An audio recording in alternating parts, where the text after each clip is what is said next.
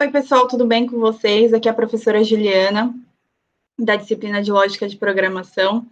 Hoje eu estou trazendo mais um vídeo de revisão para vocês, conseguindo aqui ainda abordar as estruturas de decisão que a gente veio vendo em sala de aula, e fazendo mais uma correção daqueles exercícios que foram passados antes desse período de quarentena, tá? Então, vou compartilhar aqui minha tela com vocês.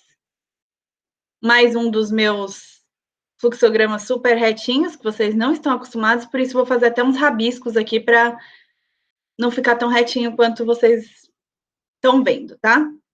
Então, hoje é a correção do exercício 24 da nossa lista de exercícios, e esse exercício 24 consiste no seguinte enunciado: desenvolva um fluxograma que receba uma temperatura em graus Celsius e exiba a situação de acordo com a tabela. Então, vai receber apenas uma informação como entrada de dados e vai exibir a situação, tá? Então, se a temperatura for até 15 graus, vai exibir muito frio. Até 15, na verdade, aqui eu coloquei os intervalos até 15,9. Se estiver na casa dos 15, ainda vai mostrar muito frio. A partir do 16 até o 23, vai mostrar frio. De 24 a 26, vai mostrar agradável. De 27 a 30, calor. E acima de 31, vai exibir muito quente. Então, a gente já tinha conversado em sala de aula. Se eu tenho 5 possibilidades, eu vou ter que fazer 4 perguntas. Uma das respostas vai ser a negação de tudo isso. Não é essa, não é essa, não é essa. Ah, então é essa daqui. Vai ser por eliminação. Isso vai sempre se aplicar quando a gente estiver usando estrutura de decisão, quando a gente estiver usando o C encadeado ou C aninhado, como a gente fala quando tem um dentro do outro, assim. Então, isso é muito importante vocês lembrarem, tá? E eu escolhi esse exercício para fazer a correção, porque eu acho que é o exercício que tinha mais Cs um dentro do outro, que vocês obrigatoriamente tinham que organizar num único lado. O IMC que a gente fez a correção, eles ficavam em 2 grupinhos diferentes. Esse não, eles ficam tudo um dentro do outro. E as respostas são muito relacionadas, por isso que eu escolhi ele como para correção aqui também, tá? Espero que fique claro para vocês. Então, aqui eu tenho a estrutura inicial do meu fluxograma, a parte que eu acredito que para vocês já está mais fácil, porque a gente vem lá desde o início com a utilização desses símbolos. Então, o símbolo de início, acho que quanto a esse ninguém tem dúvida, né? Acho que esse todo mundo acerta nos exercícios que eu passo. Depois, a gente tem aqui o símbolo de processamento interno com a declaração de uma variável, que a gente está colocando, eu coloquei aqui o nome da variável como T.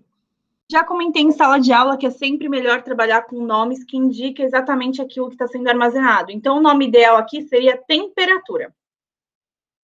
Porém, para eu conseguir fazer com a palavra temperatura, eu precisaria de mais espaço e eu não queria dividir mais ainda esse fluxograma. Ele já ficou em 2 partes, eu não queria dividir em mais partes ainda.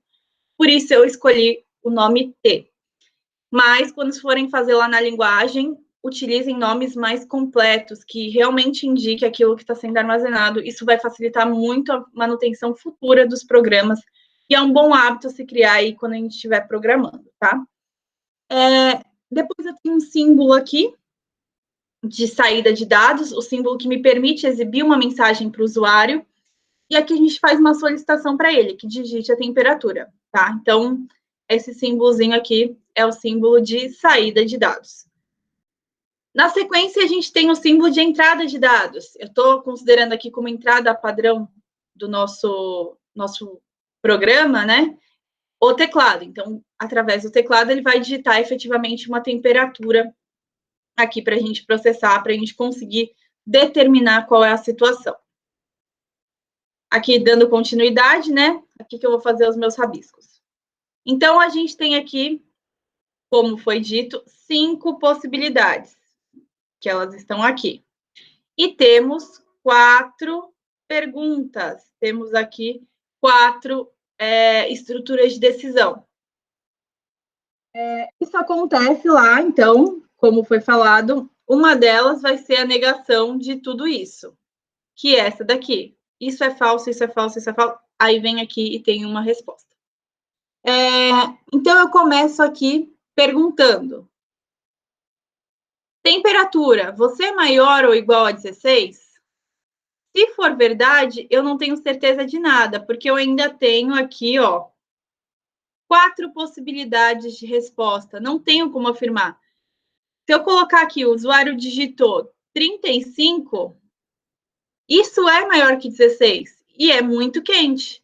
Então, não posso falar que está frio, não posso falar que está agradável, não posso falar que está calor, não posso afirmar nada. O que eu posso afirmar? Eu posso afirmar justamente aqui no falso. Se ele não é maior ou igual a 16, a negação disso é que ele é menor que 16. Se ele é menor que 16, ele é até lá o 15,9 que a gente tinha comentado, tá? Então, se eu tenho aqui, ó, maior ou igual, a negação é o menor. Se eu tenho, aqui, vou colocar do outro lado, o menor igual, a negação disso é que o número é maior, ok? Então, tenho aqui essa possibilidade e eu consigo afirmar que é muito frio. Se for menor que 16, eu consigo afirmar que é muito frio. Beleza. Então, é maior que 16, é verdade. É maior do que 24? Se for verdade, de novo, ainda sobra para mim uma certa quantidade de possibilidades que eu não posso afirmar nada. Agora, não é menor, isso é falso. Significa que ele está entre o 16 e o 23,9. Então, por isso, eu afirmo que é frio, ok? Agora, isso aqui foi verdade. Beleza, é verdade que ele é maior que 24. Ah, então o cara digitou lá 26. O que eu vou falar se for 26? Se for 26, ele vem aqui para o falso, portanto, ele está agradável. Ele foi maior que 16, ele foi maior que 24, portanto, ele está entre o 24 e ele é menor que o 27.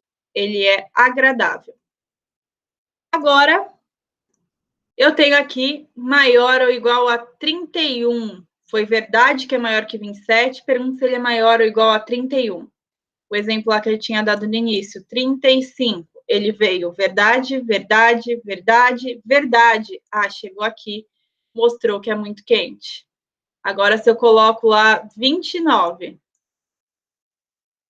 É verdade, é verdade, é verdade, não é verdade. Então, vai mostrar aqui que é calor, tá? Então, esse exemplo tinha uma série de Cs aí encadeados, Cs alinhado. Uma coisa que é muito importante quando a gente estiver trabalhando com esse tipo de estrutura, com uma série de perguntas aí ajustadas, encadeadas.